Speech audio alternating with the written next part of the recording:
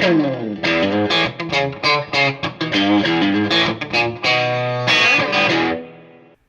guys, it's Chris Mitchell with Devilcat Amplifiers and CMG Guitars. I'm here today to talk about our new Gussie 317. This is our Class A 3 and 17 watt amplifier that we introduced at NAMM last week in Nashville.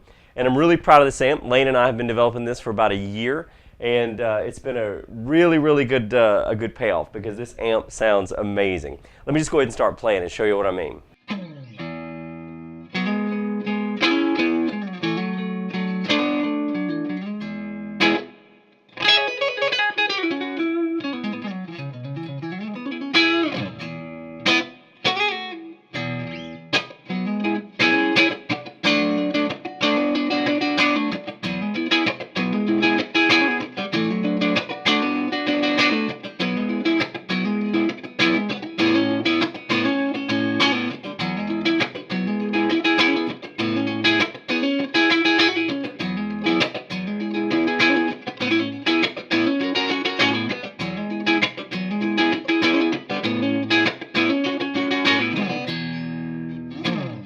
Man, this amp actually sounds amazing. I named this one after my Aunt Gussie. My Aunt Gussie, I never heard her say a negative thing the whole time she was alive, and she was just the sweetest person on the planet. And I told Lane, I said, when we build this amp, I want to make sure that this amp doesn't make a bad sound because my Aunt Gussie never did.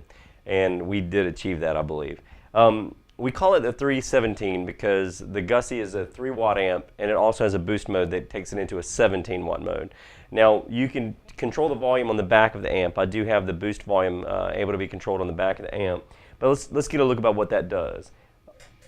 Here it is in the, well, I'll play it for you in the 3 watt mode.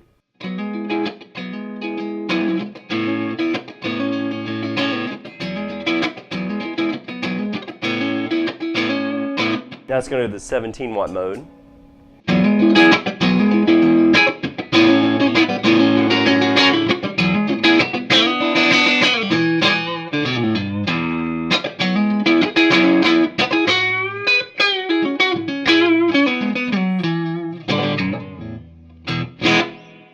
That amp just sounds absolutely amazing. I love this amp. I played on it most of last week at NAMM. I couldn't stop playing it. It's just an amazing sounding amp. One thing I want to talk about today is that it is a Class A 3 and 17 watt amp, which means this particular model I can actually have it's self-biased, so I can actually have 6 L6s, which is what's in it right now. I can have EL34s, or I can have 6 V6s. If you have 6 V6s, it drops the wattage considerably if you want that smaller wattage studio amp. But honestly, if you see that I've got the volume set about 1 o'clock, this means that I've actually got a nice room breakup level, and this is actually a good, I mean, you could play this amp live. I've done 3 live shows with it. So it's not like it's super quiet, but it's quiet enough to where you'll get that nice breakup live and in the studio. So this volume that I have here, let me just play a few single note passages.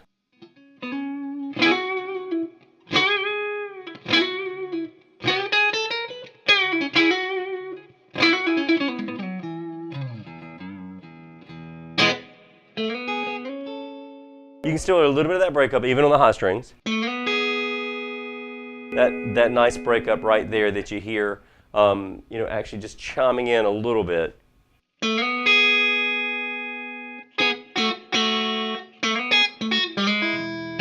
So if you're like in a, you know, like a where you're looking for that classic vintage sound, that it's got that nice bite, man, right there. It's a great sound. I wish you could be in the room with me.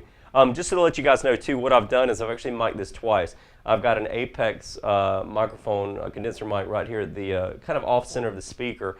And then I've got an Audio-Technica AT3060 in the back. That's a tube condenser mic.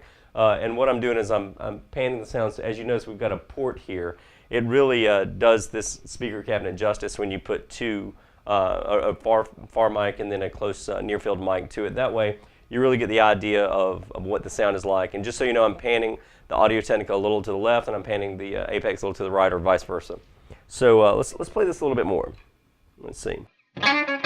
Ah.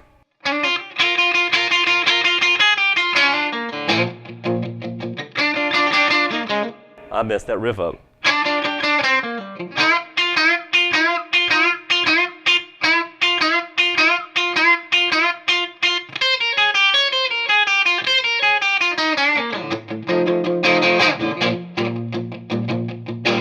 Oh man, this thing just, oh, did you hear that way it breaks up?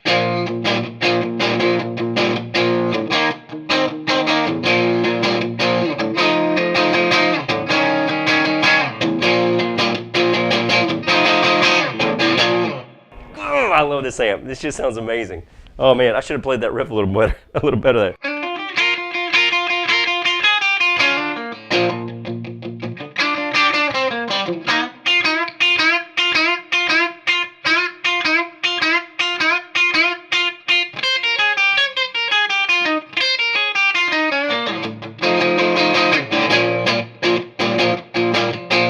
That just absolutely sounds amazing. One of the things I'm going to tell you about that is, well, okay, let me give a little bit of credence to myself here. I played that riff wrong for like 25 years, and so last year I went back and I was teaching it to somebody, and I said, wait a minute, I played this riff wrong. I'm not playing this thing right. So I listened back to the Chuck Berry original recording, and of course it's in B flat, and I realized, man, this thing actually sounds better in B flat. I was doing all kind of riffs. I think when I was 15, I learned that riff like, I think I learned it a little bit more like the Roll Over Beethoven riff. And then I went back and said, oh my God, I played Johnny B. Good wrong this whole time. How'd I do that? But anyway, so that's my little coverage for myself there on that one. Anyway, like I said, this is just an amazing sounding amp. Like all of our amps, we did put a dirt feature in here. You know, I could see myself using this dirt feature when I do want that little push over the edge. You know, if I say that, let's see if I'm playing this. Let me play just like an A pentatonic riff here. Take two.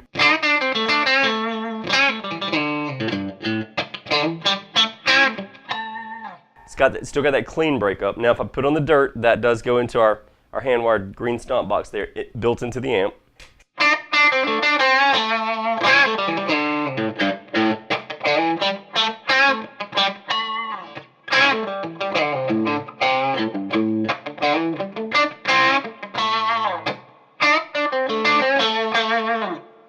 It still sounds amazing. And actually, I'll go ahead and do that and put it on the boost as well. I'm back on the dirt.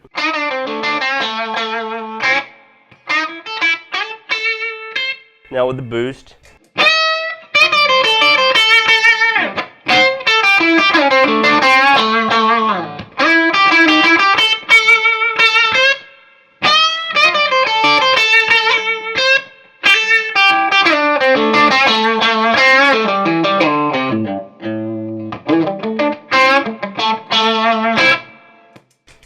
This thing sounds amazing. I love this amp. I'll tell you what I'm going to do. I'm going to do something I've never done with one of these videos. I'm actually going to just play a little blues track with no vocals or anything like that. Just kind of have a good little jam session to show you what it sounds like mixed in an ensemble. So when we get back, that's what you'll hear.